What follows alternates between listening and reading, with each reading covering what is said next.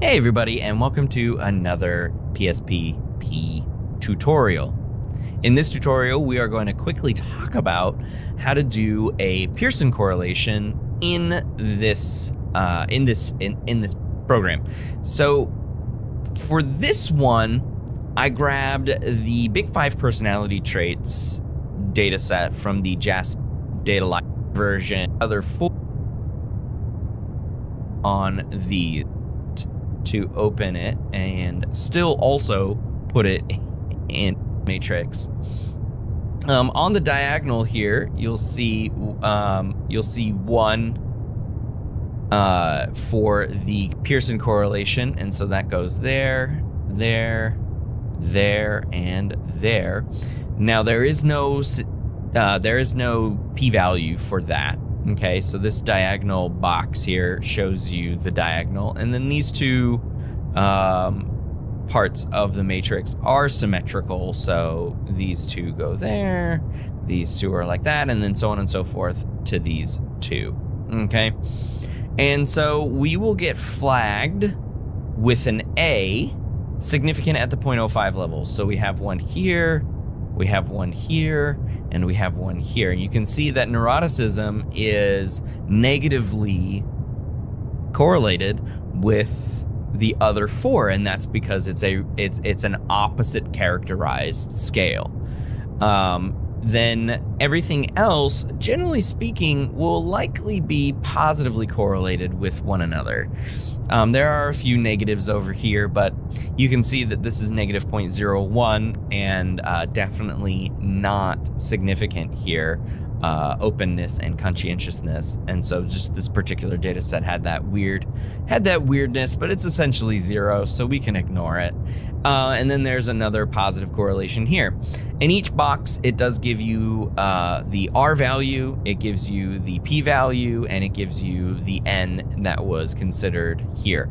It does a case by case, so a pair by pair exclusion, so that's why it includes N. So just in case there was a pair where somebody had a missing value, it would not include it there. And that is how you do a Pearson's correlation in PSPP. If you like this video, please consider leaving a like.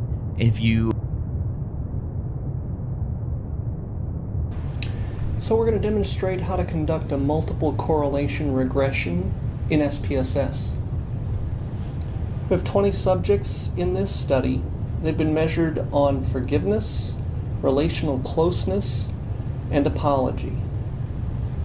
What we'd like to know is the extent to which closeness and apology predict forgiveness. You know how we'll click overall correlation between both apology and relational closeness with forgiveness is 0.666. R squared is 0.443. The F value for that R squared, that multiple R squared that is 6.772, and the statistical significance is 0.007. So overall, the two of these things correlate at a significant level with forgiveness. Down here, what we see is that we have a B and a beta for each of the two predictor variables. What this indicates to us is that the closeness variable is not a unique predictor, but the apology variable is a unique predictor.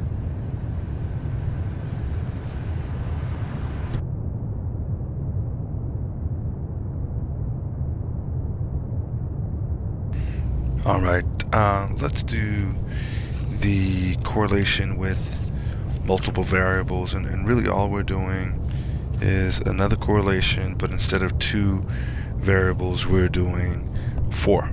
All right, so again, analyze, regression, getting ahead of myself. Analyze, correlate, bivariate. And what do we want? We want visualization test, which is actually this one. It's the first one. We want SAT math. We want grades in high school. We want math achievement test.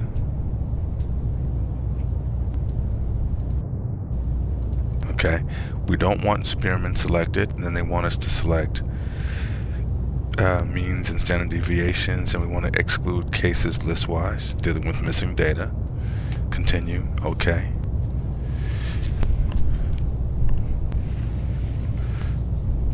And here we are. Okay, the text takes a line and draws it here because you're going to have the same kind of repetition. This value represents visualization test, the relationship between visualization test and SAT math. This value represents the relationship between SAT math and visualization test. It's the same two variables. And so of course they're going to have the same kind of relationship. So the text takes a line and draws it like so.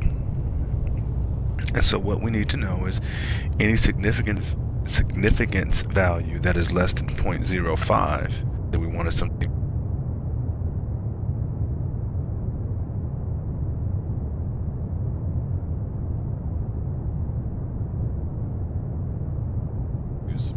And there are two ways that I can think of to do that. How does this difference between multiple correlation and multiple regression? I often see the two terms used sometimes interchangeably, but they actually have a different meaning. And I'll show that the multiple regression is related to beta weights and coefficients, but multiple correlation is related to model R, and I'm going to show that multiple correlation is really just a Pearson correlation. So if you understand Pearson correlation, then perhaps surprisingly you also understand multiple correlation. So what I've done is I've simulated some data to consist of two independent variables and one dependent variable. And the purpose of the analysis is to maximally predict the dependent variable based on a combination of independent variable 1 and 2. So I'm going to analyze regression and linear, and I'm going to include the two independent variables in the independent box and the dependent variable in the dependent box. I'm going to click OK. And here are the results. So the model R comes out to 0.710, which implies that 50% or 50.4% of the variance in the dependent variable was accounted for by the combination of the independent variables. And this is statistically significant. Now, how does this value of 0.71 come about? What is that? Well, it's a combination, yes, of the two independent variables created to maximally predict the dependent variable. But in very real terms, this multiple R is simply a Pearson correlation. I'm going to prove it to you. I'm going to prove it to you a little bit the long way, showing you how these beta weights correspond to the multiple R, even though this is really the multiple regression. So in order to show that multiple R is just a Pearson R, what I need to do is I need to create predicted dependent variable values. And there are two ways that I can think of to do that. I'm going to do it a little bit the long way, just to show you the inherent, just to understand multiple regression better. So dependent predicted. And the way that you would predict the dependent variable is by using the regression equation, which has an intercept.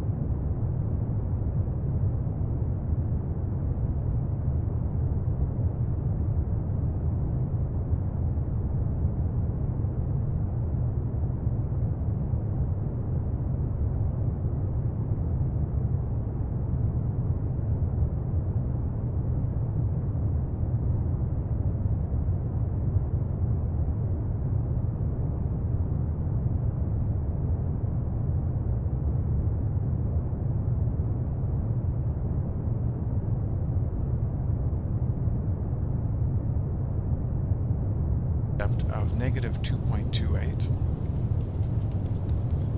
and two unstandardized beta weights equal to 0.604.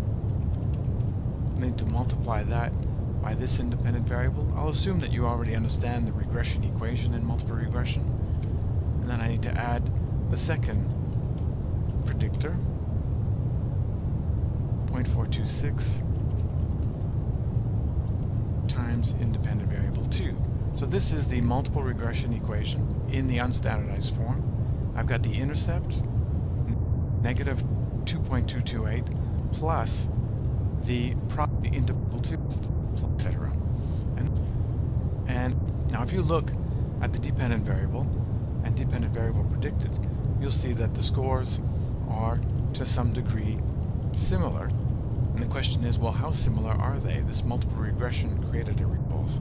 Well, a dependent variable 710, which is exact, and I get exactly 0.7 dependent variable, and the predicted dependent variable, and I get exactly 0.710, which is exactly the same thing that you would get from the model summary.